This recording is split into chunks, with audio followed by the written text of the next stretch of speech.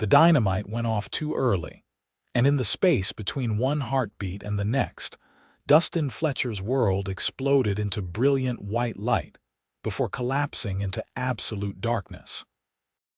He had been working the silver mine outside Golden, Colorado for 3 years, ever since his father died and left him nothing but debt and a failing ranch. The blast that should have cleared the new tunnel instead brought the mountain down on him. And when his fellow miners pulled him from the rubble with nothing worse than a gash across his forehead and some bruised ribs, everyone called it a miracle. They stopped using that word when Dustin opened his eyes 3 days later and saw nothing but endless black. That was in April of 1882. By June, Dustin had sold most of his cattle, kept only the horses he knew by touch and temperament, and retreated to his ranch house like a wounded animal going to ground. His younger brother Marcus tried to help, but Marcus had his own family in Denver and couldn't stay forever. The neighbors brought casseroles and pitying looks that Dustin could feel even without seeing them. He learned to navigate his small house by counting steps and remembering where he had placed things. But the ranch that had been in his family for 20 years was slowly dying around him, and he was powerless to stop it. His friend Thomas Garrett visited every Sunday after church, and it was Thomas who suggested the mail-order bride. "You need help," Thomas said bluntly one afternoon in late August, sitting in Dustin's kitchen while Dustin fumbled with the coffee pot. "You are too stubborn to accept charity, and you cannot run this place alone. A wife could manage the household, help with the business side of the ranch. It is practical." "What woman would want a blind man?" Dustin asked, the bitterness thick in his voice. He was 26 years old and felt ancient. "What kind of life could I offer her?" "An honest one," Thomas replied. "You still own 200 acres, you have a good house, and you are not cruel. That is more than many women back east have waiting for them. Let me write the advertisement." "What have you got to lose?" So Dustin agreed, and Thomas wrote to the matrimonial agencies in Boston and New York. He was honest in the advertisement, saying clearly that Dustin had been blinded in a mining accident and needed a wife who was strong, capable, and willing to work alongside him. He described the ranch, the land, and promised a comfortable home if not a wealthy one. Then they waited. 3 women responded. The first withdrew her application when she learned more details. The second wanted assurances of wealth that Dustin could not provide.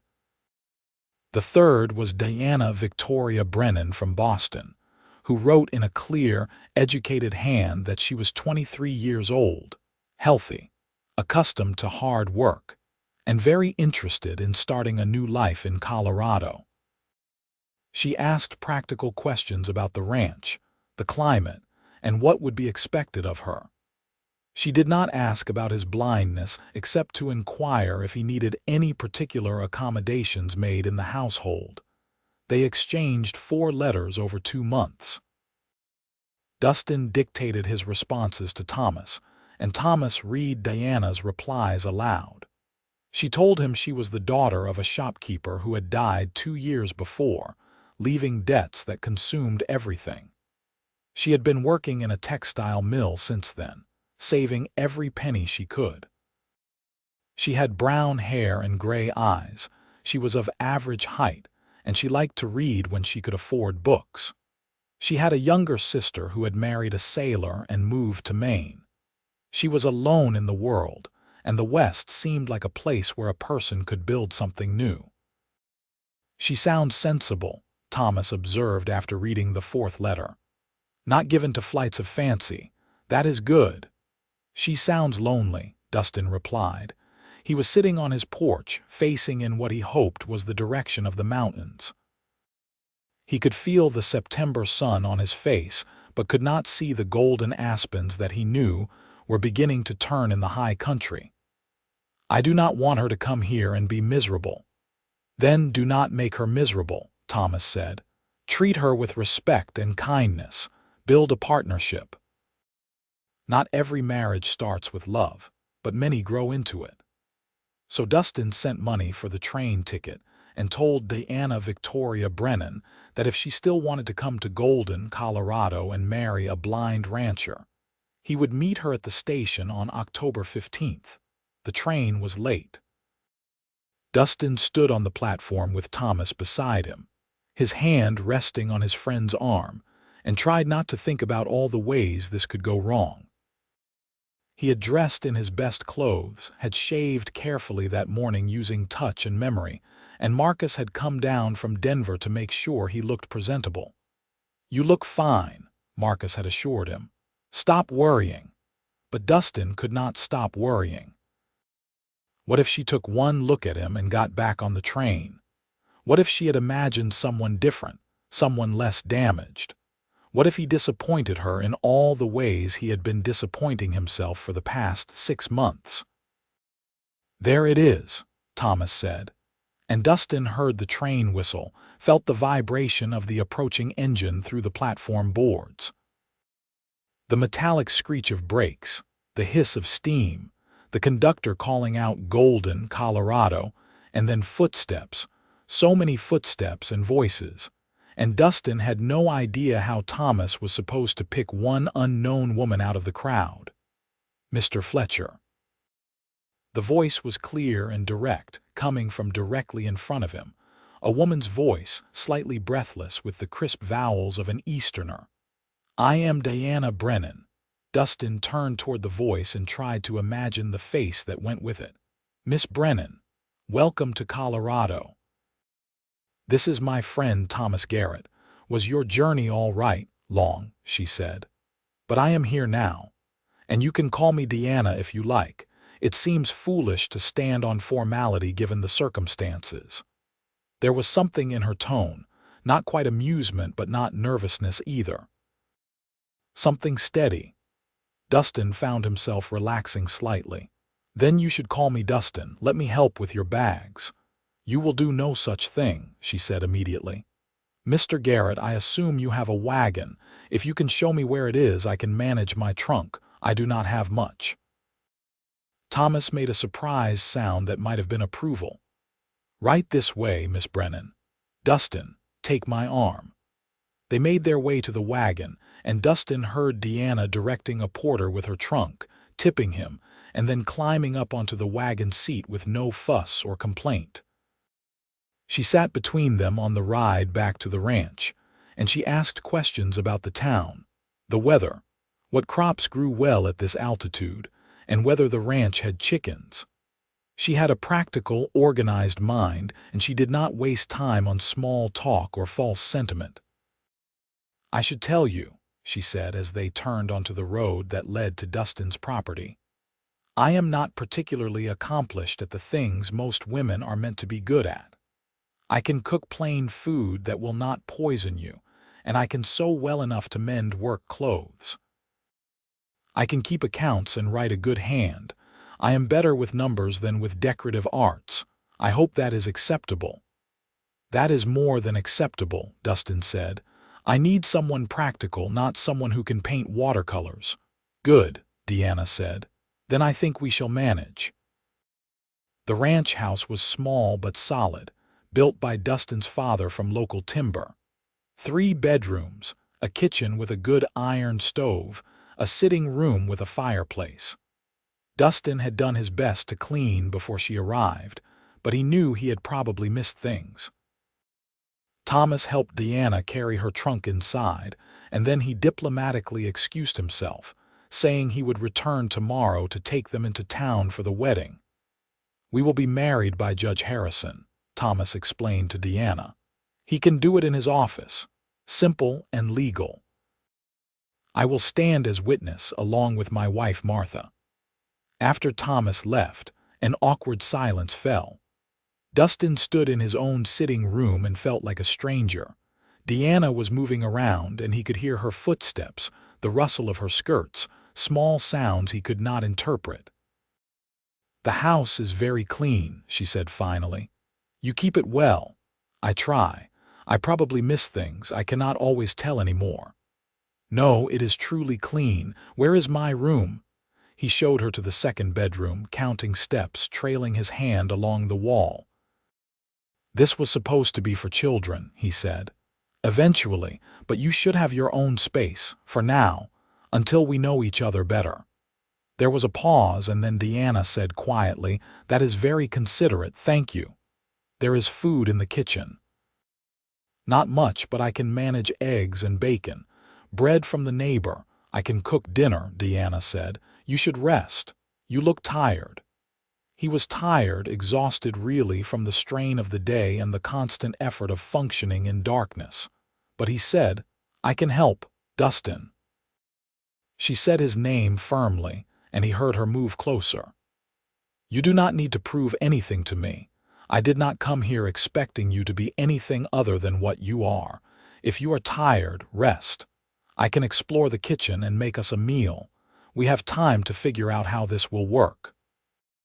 Something in his chest, which had been wound tight since the accident, loosened slightly. "All right," he said. "Thank you." He sat in the kitchen while she cooked, listening to her open cabinets and investigate the contents of the pantry. She asked where things were, and he told her, and gradually he built a picture of her in his mind. Efficient movements, no wasted effort. She did not chatter to fill silence, but the quiet between them was not uncomfortable. When she served dinner, she described what was on his plate using the clock method that the doctor had taught him, and she did it unself-consciously, as if it were the most natural thing in the world. "This is good," Dustin said after the first bite of fried potatoes and onions. "You undersold your cooking abilities." "It is survival cooking," Deanna replied. "Nothing fancy, but it will keep us fed." After dinner, she washed the dishes while Dustin dried and put them away. She learned where things went and did not argue when he insisted on helping. When everything was clean, they sat in the sitting room and Diana asked him to tell her about the ranch. What animals they had, what the land was like, what needed to be done before winter. Dustin found himself talking more than he had in months, describing the property, the mountains that surrounded them, the creek that ran through the western pasture. He told her about his father starting the ranch, about growing up riding these hills, about how he had planned to expand the herd before the accident. "And now," Deanna asked. "What is your plan now?" "Survive," Dustin said bluntly. "Keep the property. Hope that I can manage enough to not lose everything my father built." "That is a start," Deanna said, "but we can do better than just survive. Tell me about the finances." So he did. He told her about the debt from his father's final illness, the money he had made at the mine that had gone to paying it off, the slim profit from selling cattle, the expenses of running even a modest operation. He expected pity or disappointment, but Deanna just listened, and when he was finished, she said, "So we need income. What can the ranch produce? Cattle, if we can rebuild the herd. Horses, I have always been good with horses. Hay, we can grow hay and sell it. The land is good for grazing." "Can you still work with horses?" Deanna asked. "Even without seeing them, I do not know," Dustin admitted. "I have not tried, I have been afraid to." "Then we should try," Deanna said simply.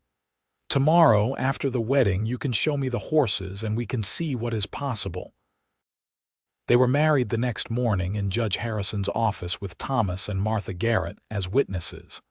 Deanna wore a simple gray dress, and Dustin wore the same suit he had worn to meet her at the train.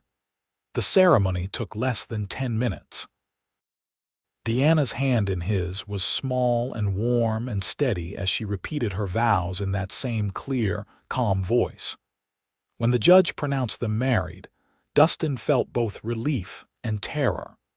This woman had tied her life to his based on letters and faith, and he was determined not to fail her. Martha hugged Deanna and welcomed her to town, and Thomas clapped Dustin on the shoulder. They had lunch at the hotel, and Martha extracted a promise from Diana to come to church on Sunday and meet the other ladies.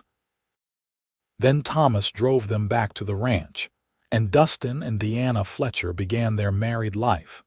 Deanna changed into a practical cotton dress and sturdy boots, and then insisted that Dustin show her the property. He took her to the barn first, counting steps and using the mental map he had created over the past months.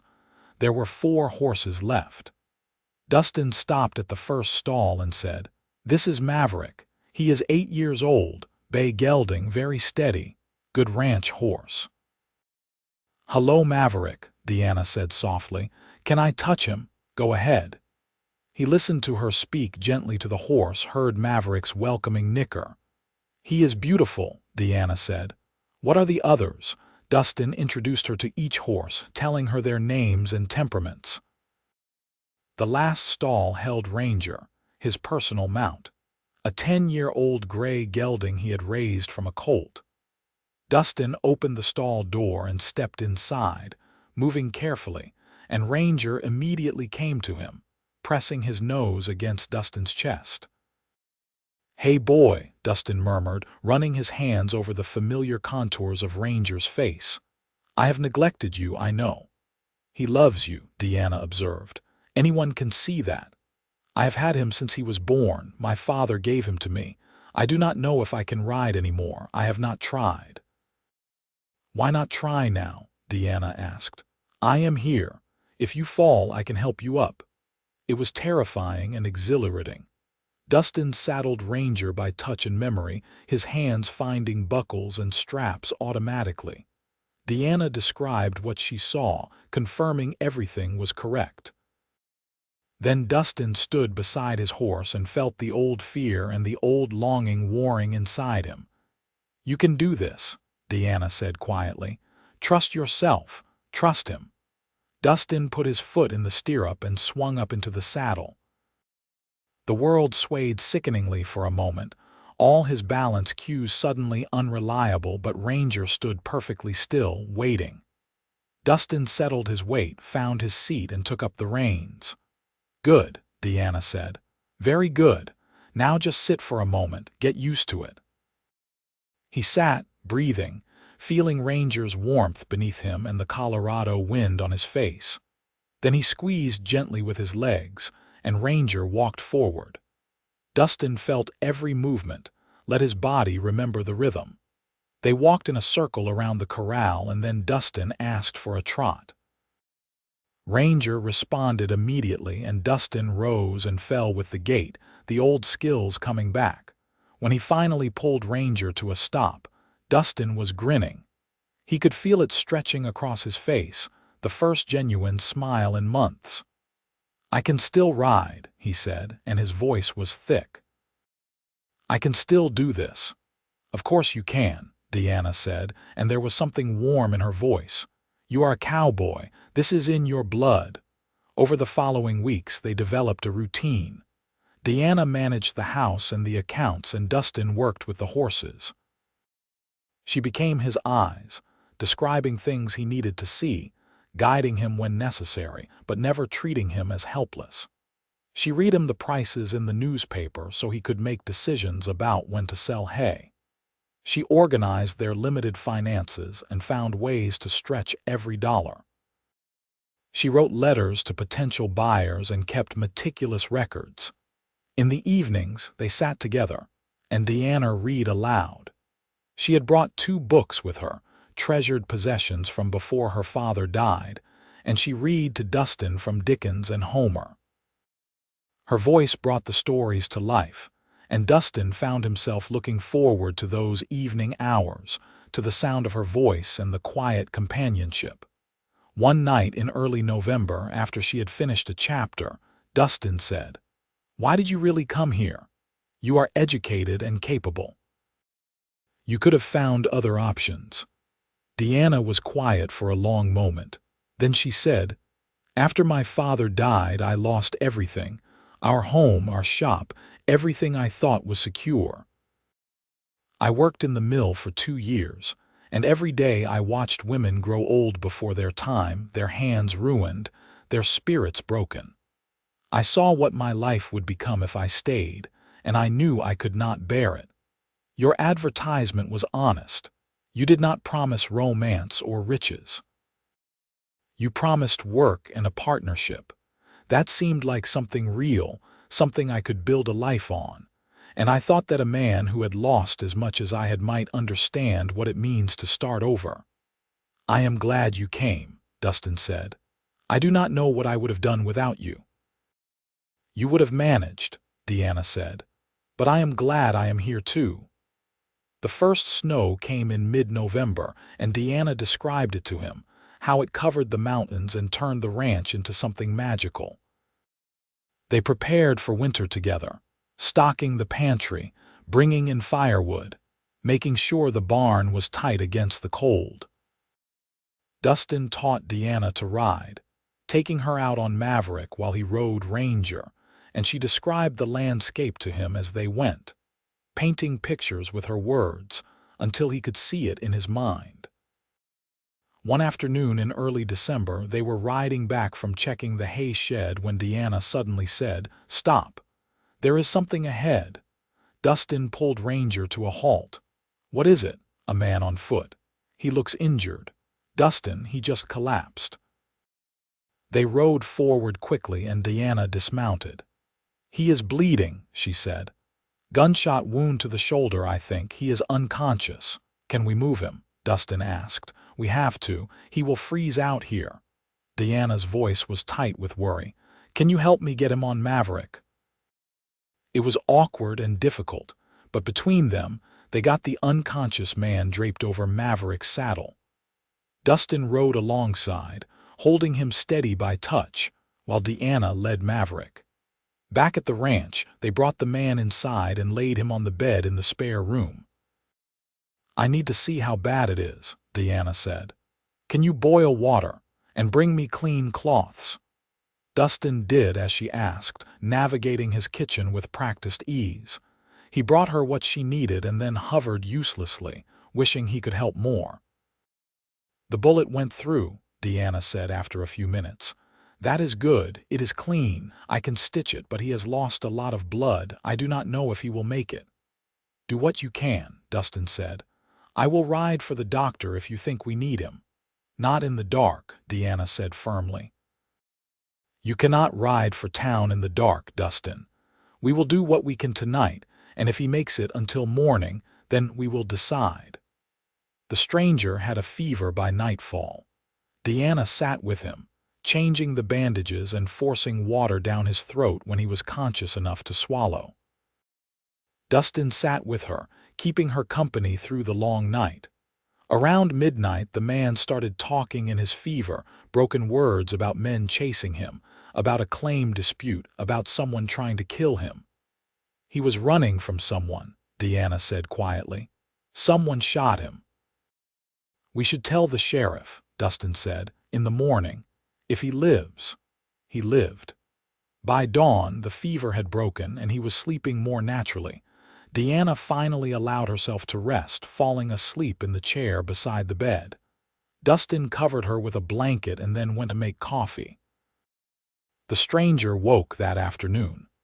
His name was James Coulter, and he was a prospector who had filed a claim in the mountains west of Golden. 2 men had jumped his claim, and when he had protested, they had shot him and left him for dead. He had been trying to make it to town when he collapsed. "You saved my life," James said hoarsely, looking at Deanna with exhausted gratitude. "Both of you. I have no way to repay you." "You do not need to repay us," Deanna said, "but we should send word to the sheriff about those men." Thomas rode out to the ranch that evening after they sent word, and he took James's statement. The sheriff would investigate, he promised, and the claim jumpers would be found. James stayed with them for another week, recovering his strength, and he and Deanna spent hours talking. Dustin noticed that James made Deanna laugh, something Dustin had tried but never quite managed. James had stories from his prospecting adventures, tales of near misses and small fortunes lost and found again. He was charming and grateful and clearly taken with Deanna. Dustin told himself he had no right to be jealous. He and Deanna had a partnership, not a romance. She had married him out of practicality, not affection. If she found James more interesting, more appealing, that was only natural. James was whole and capable, everything Dustin used to be. On James's last evening before he was well enough to leave, Dustin was in the barn tending the horses when he heard voices outside. He recognized Diana and James, and he knew he should announce his presence, but instead he stood frozen, listening. "Come with me," James was saying. "I will take you to California. You do not belong here, Deanna. You are meant for better things than nursing a blind man on a failing ranch." There was a long silence. Then Deanna said coldly, "That blind man is my husband, and this ranch is my home. I chose this life, James, and I do not regret it." "He cannot give you anything," James protested. "Not a real life, not children, not security." "He has given me respect and partnership and honest work," Deanna said, her voice sharp now. "He has never lied to me or asked me to be something I am not. That is more than most women have." "I thank you for your concern, but my answer is no. I am staying." "You do not love him," James said. "I can see it. You are too smart to throw your life away on misplaced loyalty." "Whether I love him or not is none of your business," Deanna replied, "but you are wrong about him." "He is worth 10 of you, James Coulter. Now go pack your things. Thomas will be here at first light to take you to town." Dustin heard Deanna walk away, her footsteps quick and angry. James lingered for a moment, and then he too left. Dustin stood in the barn, his heart pounding, unsure what he felt. Relief that Diana had chosen to stay, certainly. But also a deep, aching sadness that she had not denied James's claim. She did not love him. He had known that, but hearing it said so plainly hurt more than he had expected. James left the next morning. Dustin shook his hand and wished him well, and if his grip was a little tighter than necessary, James did not comment. Deanna was quiet all that day, working with a fierce energy that Dustin recognized as distress. Finally, that evening, as they sat down to dinner, Dustin said, "I heard what you told James. Last night in the yard." Diana's fork clattered against her plate. "You heard." "I did not mean to eavesdrop. I was in the barn. I am sorry." "I am the one who should apologize," Deanna said. "He had no right to speak that way about you. I should have stopped him sooner." "You do not need to apologize for telling the truth," Dustin said quietly. "I know you do not love me. I have never expected that from you. You came here for practical reasons, and you have kept your side of our bargain better than I could have hoped. I am grateful for that." "Dustin," Deanna started, but he held up his hand. "Please, let me finish. I want you to know that I would not blame you if you wanted to leave. If you wanted to take James up on his offer or find some other opportunity. You have given me months of help and companionship, and I am better for it. But I do not want to trap you in a life you do not want." There was a long silence. Then Deanna said, her voice shaking slightly, "Do you want me to leave?" "No," Dustin said honestly, "but I want you to be happy more than I want you to stay." "I am happy," Deanna said fiercely. "Or at least, I am happier here than I have been anywhere else in the last 2 years. This life is hard, but it is honest, and you are a good man, Dustin Fletcher. James was wrong about you, wrong about everything. But he was right that you do not love me," Dustin said. Another silence, longer this time.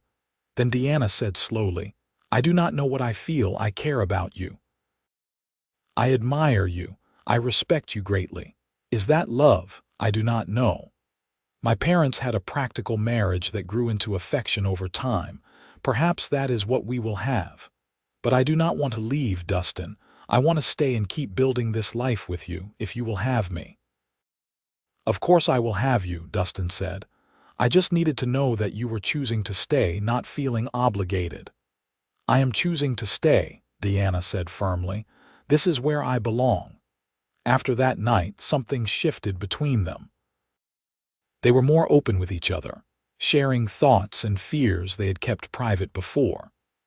Deanna told him about her childhood, about losing her mother young and helping her father run the shop, about the terror of poverty after he died. Dustin told her about his own mother's death when he was 12, about his father's slow decline, about the mine and the moment when his world went dark. Christmas came, and Deanna decorated the house with pine branches and made a special dinner.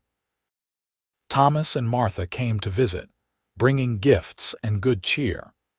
Deanna had knitted Dustin a pair of warm gloves, working on them in the evenings when she thought he was asleep. He had asked Marcus to buy her a cameo brooch in Denver, something beautiful and fine, and when Deanna opened it on Christmas morning, her gasp of surprise made him smile. "Dustin, this is too much," she said. "It is not enough," he replied. "You have given me my life back, Deanna." "A brooch is a small thing in comparison." She kissed his cheek, a brief, soft touch that made his breath catch. It was the first time she had kissed him, and afterward, Dustin could not stop thinking about it. Winter deepened, and they spent long evenings by the fire. Deanna continued reading aloud, and sometimes they just talked, conversations that ranged from the practical to the philosophical. Dustin found himself falling in love with his wife, this brave, strong woman who had come west on faith and made a home out of nothing. He did not tell her because he did not want to burden her with expectations, but it colored everything he did. He tried harder to help, to be the husband she deserved. He learned to cook a few dishes so she did not have to do everything. He kept the fires going and mended broken equipment by touch and made sure she knew how much he valued her. In February, a late blizzard hit, trapping them inside for 3 days. They huddled close to the fire, and Deanna read until her voice was hoarse. On the second night, as the wind howled outside and the house creaked under the weight of snow, Deanna suddenly said, "I am scared sometimes. Not of the work or the hardship, but of getting too comfortable, too attached, of letting myself feel too much and then losing it all again." "I know," Dustin said. "I feel the same way. After the accident, after losing my sight, I told myself not to want anything because wanting just leads to disappointment. But then you came and you made me hope again. That is terrifying." "It is," Deanna agreed. She was sitting close to him, close enough that he could feel her warmth. "But maybe it is worth being scared if it means we get to have this." "This?" Dustin asked. "This partnership, this home, each other." Dustin reached out, found her hand, and held it. "I am very glad you answered my advertisement, Deanna Fletcher." "So am I," she said softly. The blizzard passed, and spring came slowly to Colorado. By March, the snow was melting and green shoots were appearing in the pastures. Deanna planted a kitchen garden, and Dustin helped her prepare the soil, working beside her in the sunshine. They bought 3 calves from a neighbor, starting to rebuild the herd, and Deanna managed the transaction with shrewd bargaining that made the neighbor laugh and agree to her price. "You are a force of nature," Dustin told her afterward.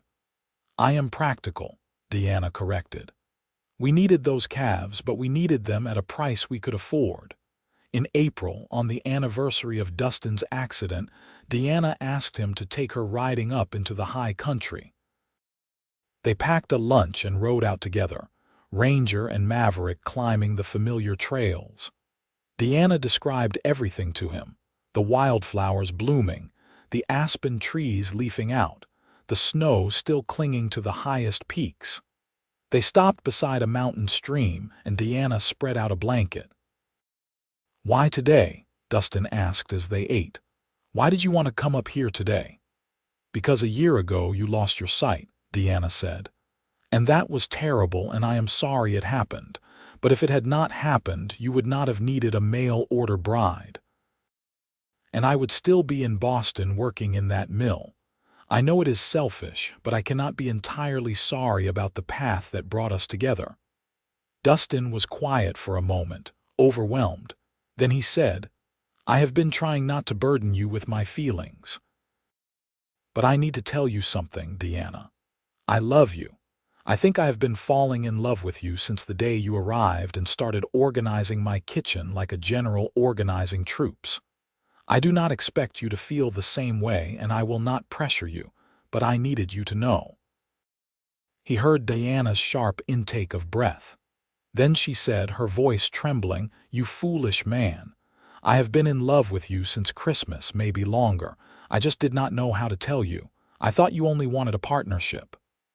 "I wanted whatever you were willing to give," Dustin said. "But Deanna, if you love me, then I am the luckiest man in Colorado."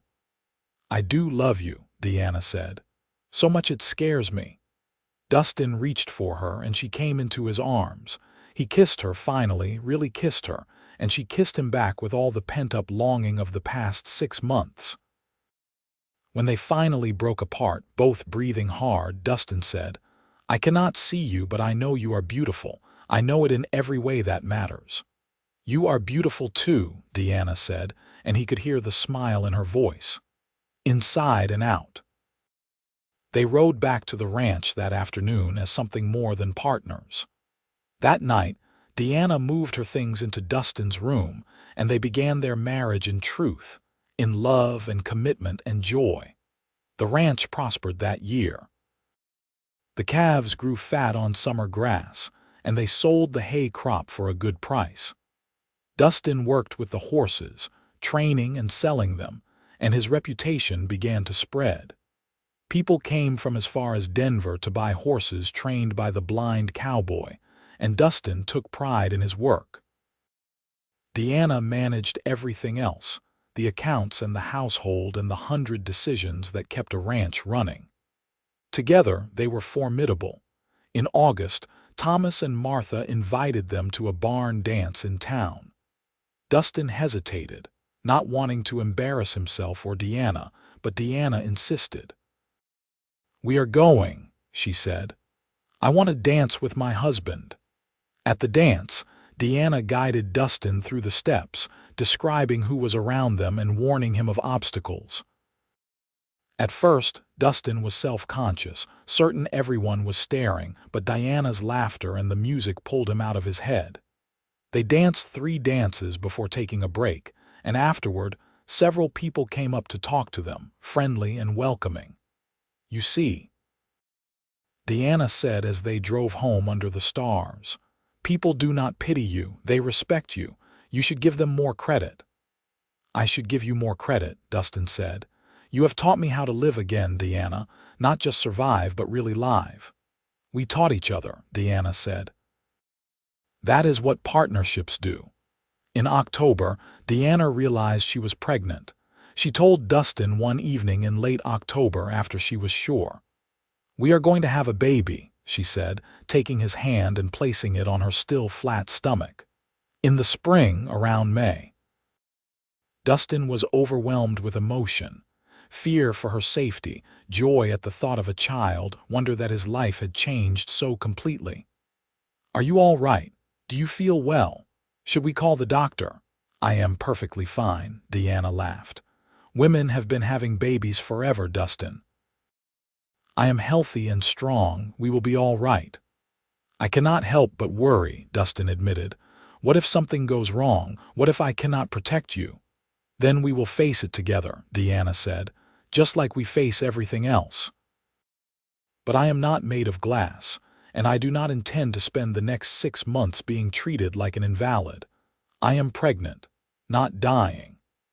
She continued working through the winter, though Dustin tried to take on more of the heavy tasks. She laughed at his hovering but allowed him to pamper her a little.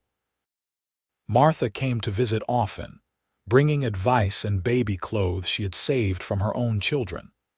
Deanna knitted tiny blankets and gowns, and Dustin built a cradle in the barn, working by touch and memory, determined to make something perfect for his child. The baby came on a warm May evening in 1884. 2 years after the accident that had changed Dustin's life.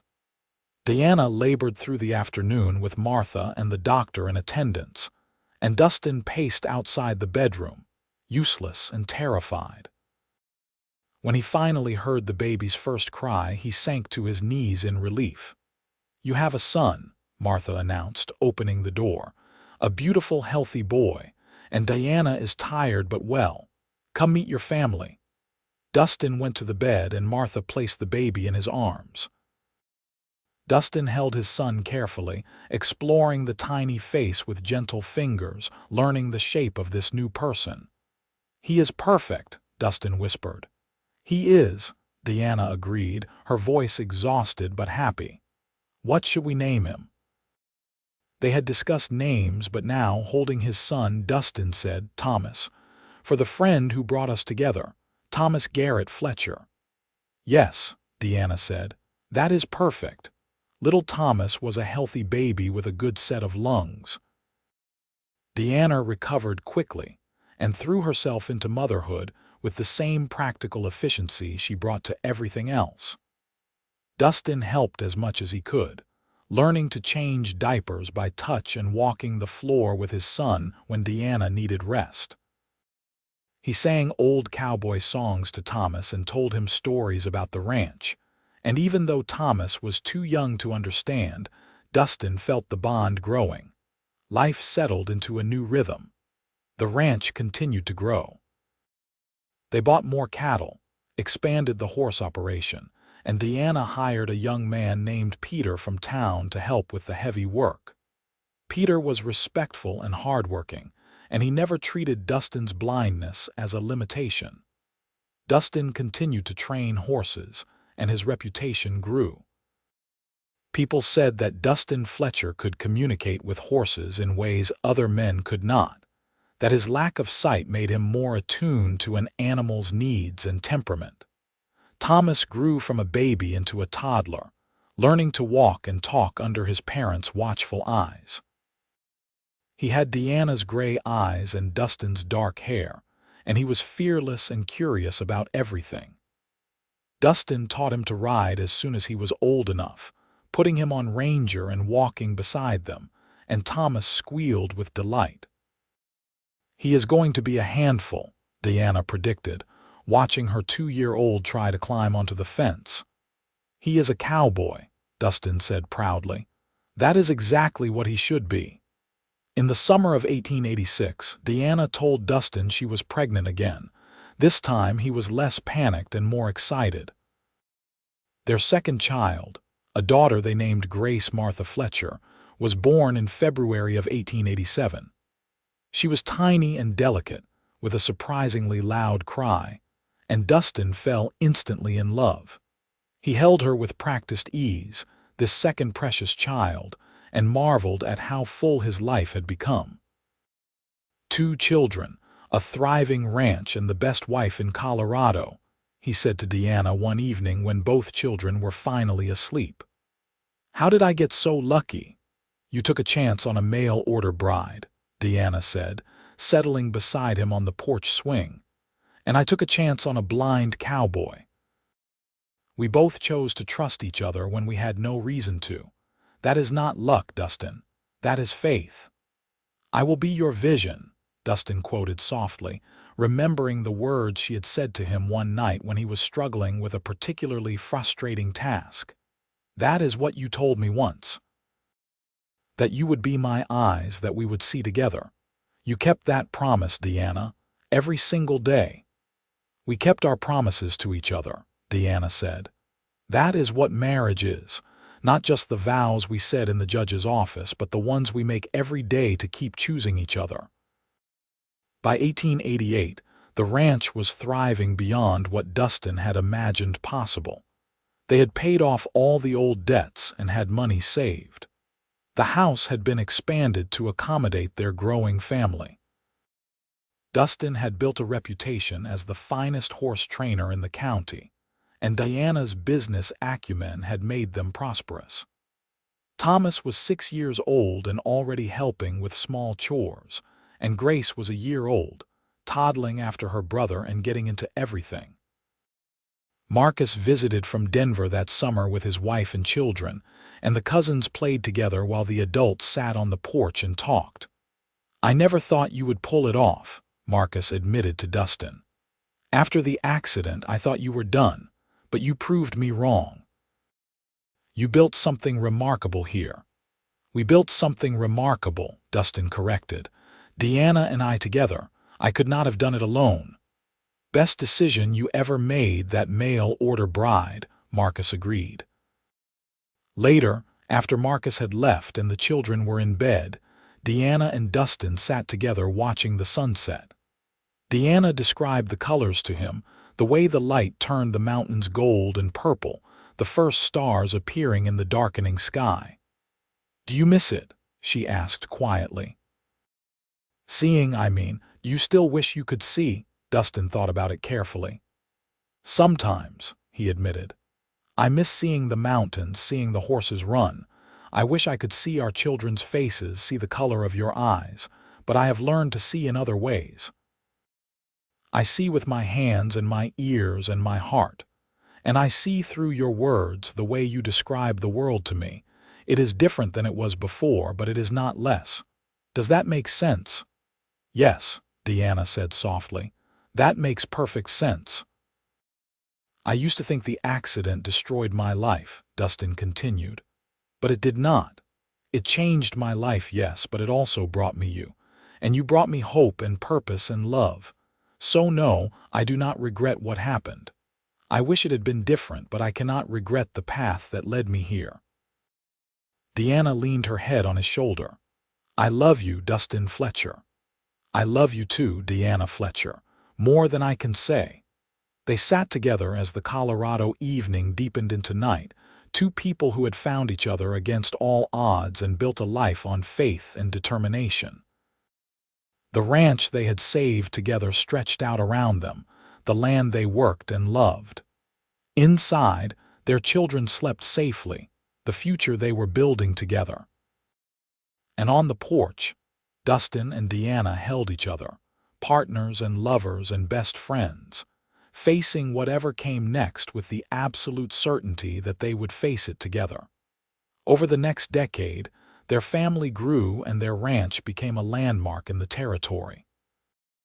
Thomas grew into a tall, serious boy with his father's talent for horses and his mother's head for business. Grace became a spirited girl who could ride as well as any boy and had a gift for gentling even the most skittish animals. In 1891, they had another son, Samuel, who inherited Diana's quick mind and practical nature. 2 years later came their youngest, Elizabeth, a joyful child who seemed determined to keep everyone entertained. The house expanded again to hold them all. Deanna hired help for the house and the ranch, recognizing that their operation had grown beyond what two people could manage alone. Dustin trained a succession of ranch hands in his methods, teaching them to work with horses using patience and understanding rather than force. The Fletcher Ranch became known throughout Colorado as a place where people and animals were treated with equal respect. Dustin's blindness became simply a fact of life, neither a tragedy nor a limitation. He navigated his world with confidence and skill, and his children grew up never thinking of their father as disabled. They learned early to describe things clearly and to understand that there were many ways of seeing. Thomas once told a schoolmate who had made a comment about Dustin's blindness that his father could see better than anyone else, where it really mattered, in the heart. In 1895, Thomas was 13 and already working the ranch alongside his father. Grace was 8 and had announced her intention to be a veterinarian, a bold ambition for a girl but one her parents supported. Samuel, at 4, followed Dustin everywhere, mimicking his father's gestures and asking endless questions. Elizabeth, at 2, was the family's ray of sunshine, with a laugh that could lighten the heaviest mood. One evening that summer, after the children were finally in bed, and the ranch was quiet, Dustin and Deanna sat on their porch as they had done countless times before. Deanna was mending a shirt and Dustin was working a piece of leather, making a new bridle by touch. The familiar domestic sounds filled the comfortable silence between them. "You ever think about that day at the train station?" Deanna asked suddenly. "The day we met?" "Often," Dustin admitted. "I was terrified. I was certain you would take one look at me and leave." "I was terrified too," Deanna confessed. "I had traveled across the country to marry a man I had never met, to live in a place I had never seen. But when you spoke to me that first time, when you said my name, something inside me just knew it would be all right." "You saved me," Dustin said simply. "I was drowning and you pulled me out. You showed me how to live again." "We saved each other," Deanna corrected. "I was drowning too, just in a different way. You gave me a home and a purpose and a family. You gave me a life worth living." Dustin set down his work and reached for her hand. "Do you know what I am most grateful for? Not the ranch or the success or any of that.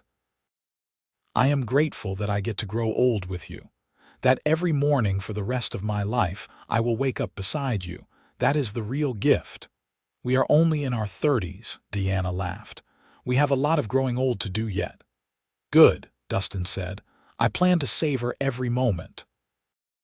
They sat together as the stars came out overhead, stars Dustin could not see but knew were there, lighting up the vast Colorado sky. The ranch around them was quiet, the animals settled for the night, their children safe in their beds. Dustin thought about the long journey that had brought him here, from the darkness of the mine shaft to the light of this life with Deanna. He thought about all the ways his life had exceeded what he had once thought possible. "What are you thinking?" Deanna asked softly. "That I would not change a single thing," Dustin said. "Not the accident, not the fear, not the pain, because all of it led me to you and you are worth everything." Deanna squeezed his hand and Dustin heard the emotion in her voice when she replied, "You are my vision too, you know. You showed me how to see what really matters, how to look past the surface and find the truth underneath. We have been each other's eyes all along."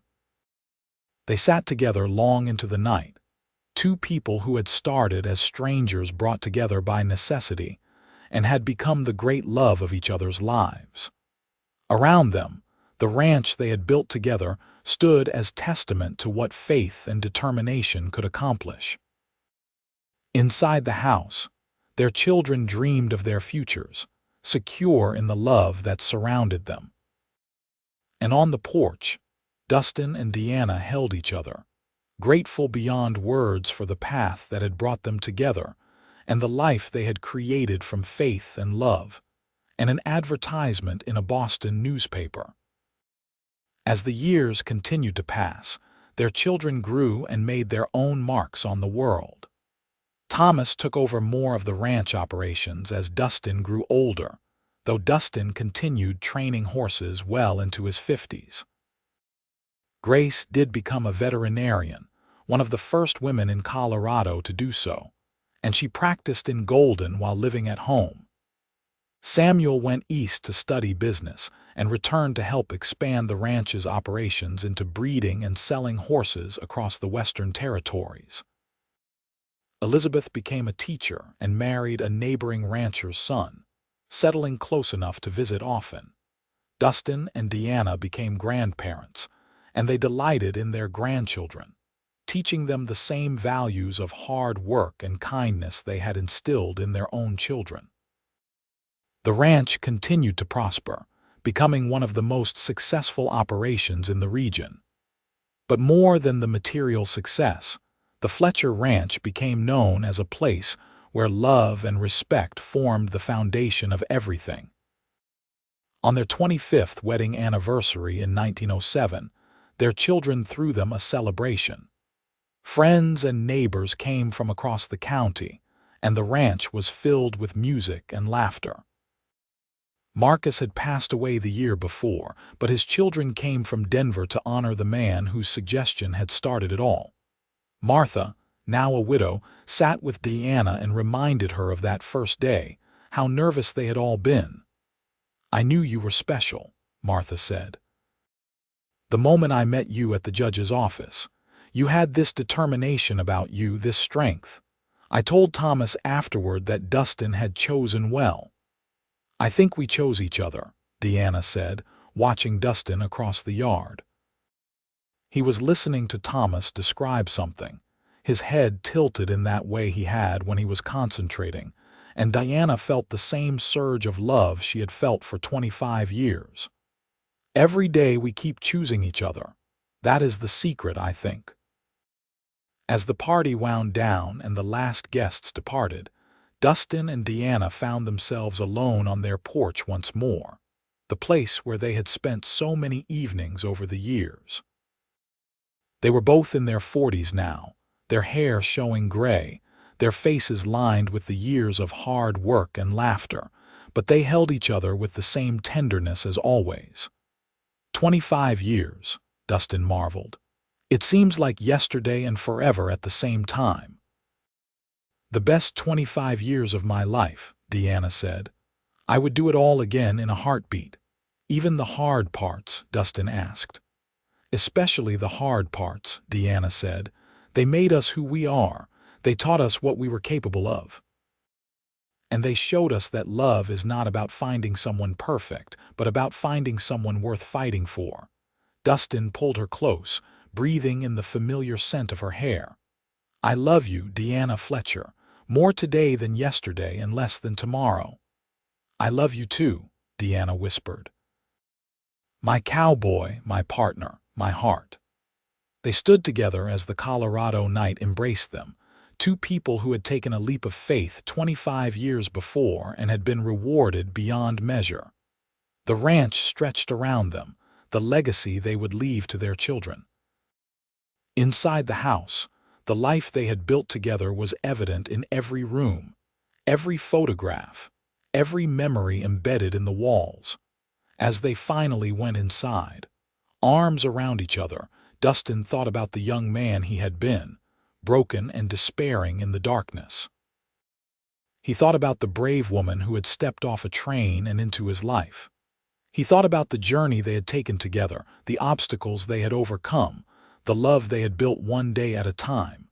"Thank you," he said suddenly, stopping in the doorway, "for answering that advertisement, for taking a chance, for being my vision when I needed you most." "Thank you for letting me," Deanna replied, "for trusting me, for building this beautiful life with me.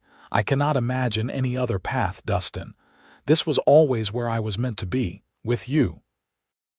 They went inside together, closing the door on another perfect day, knowing that whatever tomorrow brought, they would face it together as they always had, with love and faith and the unshakable certainty that they were exactly where they belonged.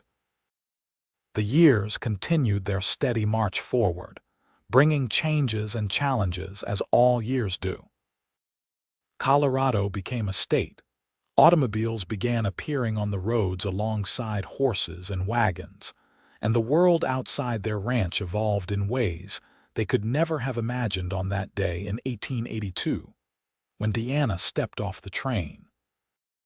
But through all the changes, the Fletcher Ranch remained a constant, a place where the old values of hard work and honest dealing still mattered, where family came first, and where love was the foundation of everything. In 1912, as Dustin approached his 56th birthday, he and Deanna took a rare trip away from the ranch. Thomas was more than capable of managing things, and their other children insisted they needed a proper vacation. They traveled by train to San Francisco, and Deanna spent hours describing the ocean to Dustin, the endless expanse of water, the sound of waves crashing against the shore, the cry of gulls overhead.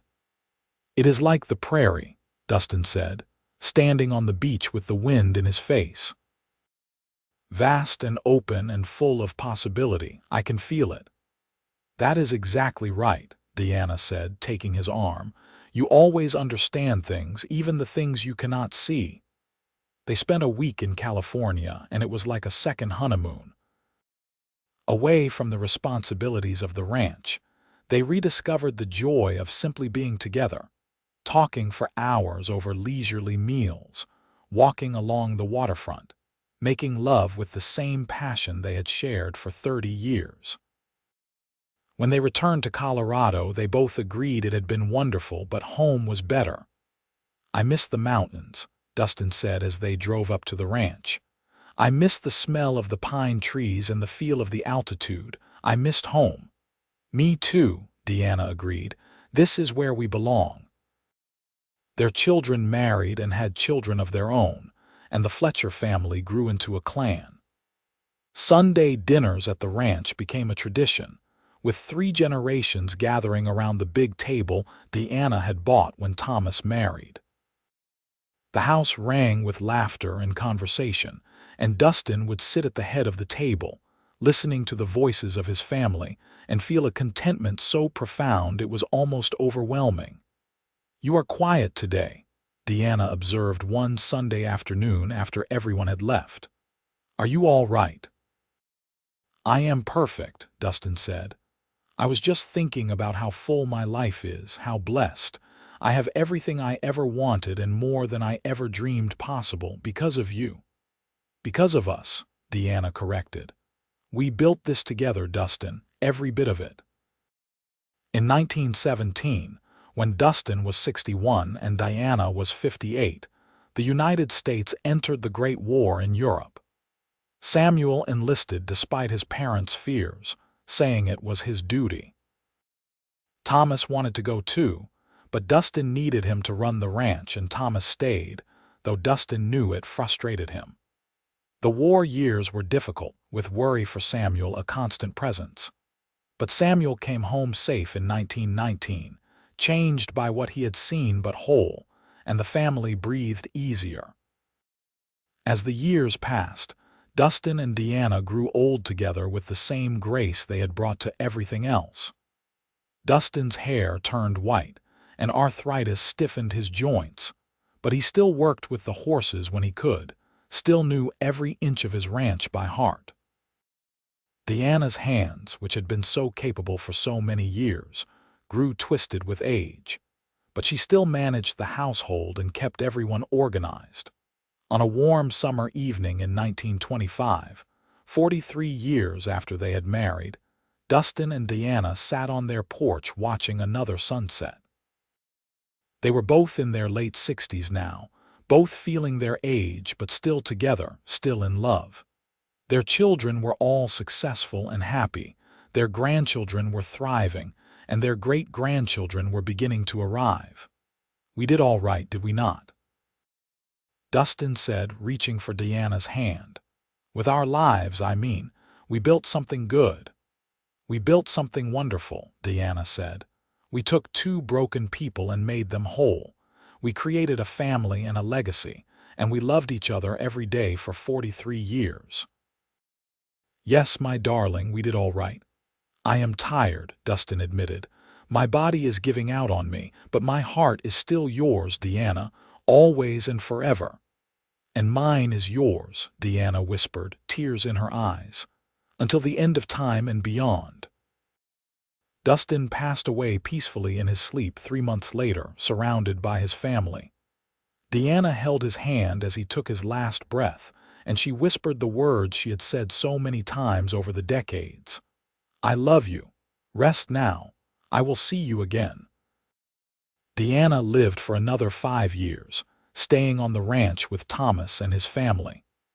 She continued to work in her garden and play with her great-grandchildren, but everyone could see that part of her had gone with Dustin. She spoke of him often, always with a smile, telling stories about their early days together to anyone who would listen. On a crisp October morning in 1930, Diana Fletcher passed away in her sleep. She was 71 years old. The family found her in her bed, a peaceful expression on her face, and beside her on the nightstand was a photograph from their 25th anniversary and a packet of letters. The letters Dustin had dictated to Thomas all those years ago, when he was courting a mail-order bride from Boston. They buried Deanna beside Dustin in the small cemetery on the hill above the ranch, under a sky so blue it seemed to go on forever. The headstones were simple but bore inscriptions that told their story. Dustin's read, "Beloved husband, father, and grandfather, he saw with his heart." Deanna's read, "Beloved wife, mother, and grandmother, she was his vision." The Fletcher Ranch continued under Thomas's management and later his children's, remaining in the family for generations. The story of Dustin and Deanna became family legend, told and retold to each new generation. The story of how a mining accident and a mail-order bride advertisement had brought together two souls who needed each other, who had built a life on faith and determination, who had loved each other with a depth and devotion that became the foundation for everything that followed. The story of how Deanna had stepped off a train in Golden, Colorado in 1882, looked at a blind cowboy and said, "I will be your vision," and then had spent the rest of her life keeping that promise. The story of how Dustin had trusted her when he had no reason to trust anyone, had opened his heart to her, and had found not just help but love beyond measure. It was a love story that had started with practicality and grown into something transcendent. A love story that proved that the greatest romances are not always the ones that start with passion, but the ones that are built day by day through shared work and mutual respect, and the constant choice to keep loving even when it is hard. A love story that showed that vision comes in many forms, and sometimes the most important things we see are seen not with our eyes but with our hearts. And on the ranch in Golden, Colorado, where the mountains touch the sky and the wind carries the scent of pine and sage, the legacy of Dustin and Deanna Fletcher lived on, a testament to the power of love, faith, and the courage to take a chance on someone who needs you as much as you need them.